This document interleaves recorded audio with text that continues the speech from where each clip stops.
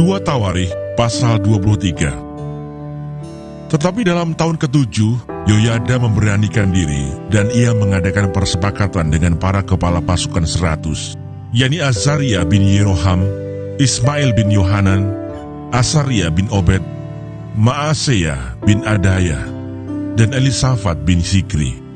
Mereka mengelilingi Yehuda dan mengumpulkan orang-orang Lewi dari semua kota di Yehuda, serta kepala-kepala puak orang Israel, dan mereka semua datang ke Yerusalem.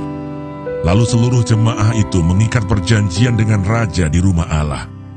Kata Yoyada kepada mereka, "Lihatlah anak raja, biarlah ia memerintah, seperti yang telah difirmankan Tuhan tentang anak-anak Daud.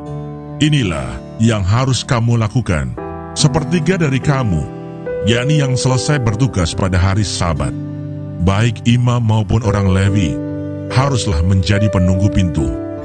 Sepertiga lagi haruslah berada di istana raja, dan sepertiga pula di pintu gerbang dasar, sedang seluruh rakyat haruslah berada di pelataran rumah Tuhan. Siapapun tidak boleh memasuki rumah Tuhan selain daripada para imam dan orang-orang Lewi yang bertugas. Mereka boleh masuk karena mereka kudus, tetapi seluruh rakyat haruslah mentaati peraturan Tuhan. Dalam pada itu orang-orang Lewi haruslah mengelilingi raja dari segala penjuru, masing-masing dengan senjatanya di tangannya. Dan siapa yang memasuki rumah itu haruslah dibunuh. Dan baiklah kamu menyertai raja setiap kali ia keluar atau masuk." Orang-orang Lewi dan seluruh Yehuda melakukan tepat seperti yang diperintahkan Imam Yoyada. Masing-masing mengambil orang-orangnya yang selesai bertugas pada hari Sabat bersama-sama dengan orang-orang yang masuk bertugas pada hari itu. Karena Imam Yoyada tidak membebaskan rombongan-rombongan itu. Lalu Imam Yoyada memberikan kepada para kepala pasukan 100 itu tombak-tombak, utar-utar, dan perisai-perisai kepunyaan Raja Daud yang ada di rumah Allah. Ia menempatkan seluruh rakyat, masing-masing dengan lembing di tangannya, di lambung kanan sampai ke lambung kiri rumah itu, dengan mengelilingi mezbah dan rumah itu untuk melindungi raja. Sesudah itu Yoyada dan anak-anaknya membawa anak raja itu keluar, mengenakan jejamang kepadanya, dan memberikan hukum Allah kepadanya. Mereka menobatkan dia menjadi raja serta mengurapinya. Lalu berserulah rakyat, "Hiduplah raja!" Ketika Atalia mendengar pekik rakyat yang berlari-lari menyambut raja dan memuji-muji dia, pergilah ia mendapatkan rakyat itu ke dalam rumah Tuhan. Lalu dilihatnyalah raja berdiri dekat tiangnya pada jalan masuk, sedang para pemimpin dengan para pemegang nafiri ada dekat raja.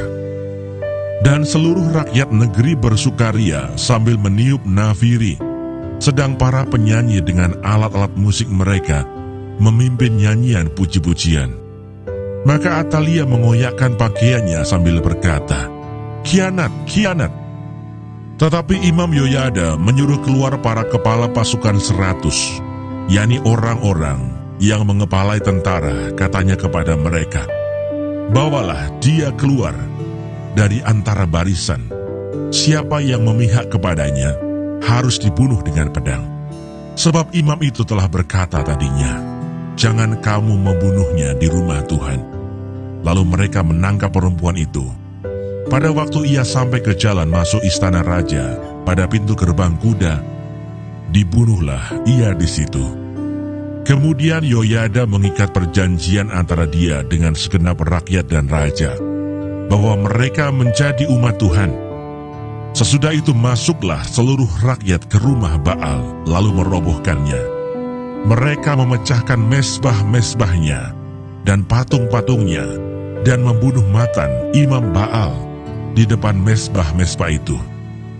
Kemudian Yoyada menyerahkan pengawasan atas rumah Tuhan kepada imam-imam dan orang-orang Lewi yang telah dibagi-bagi dalam rombongan oleh Daud untuk bertugas di dalam rumah Tuhan, yakni untuk mempersembahkan korban bakaran kepada Tuhan, seperti tertulis di dalam Taurat Musa, dengan sukaria dan dengan nyanyian menurut petunjuk Daud. Juga ditempatkannya penunggu-penunggu pintu pada pintu-pintu gerbang rumah Tuhan, supaya dalam hal apapun juga jangan masuk seseorang yang najis. Sesudah itu ia mengajak para kepala pasukan 100, para pemuga, para pemerintah rakyat, dan seluruh rakyat negeri, lalu membawa raja turun dari rumah Tuhan. Mereka masuk ke istana raja melalui pintu gerbang atas, lalu mendudukkan raja ke atas tahta kerajaan. Bersukarialah seluruh rakyat negeri, dan amanlah kota itu, setelah Atalia mati dibunuh dengan pedang.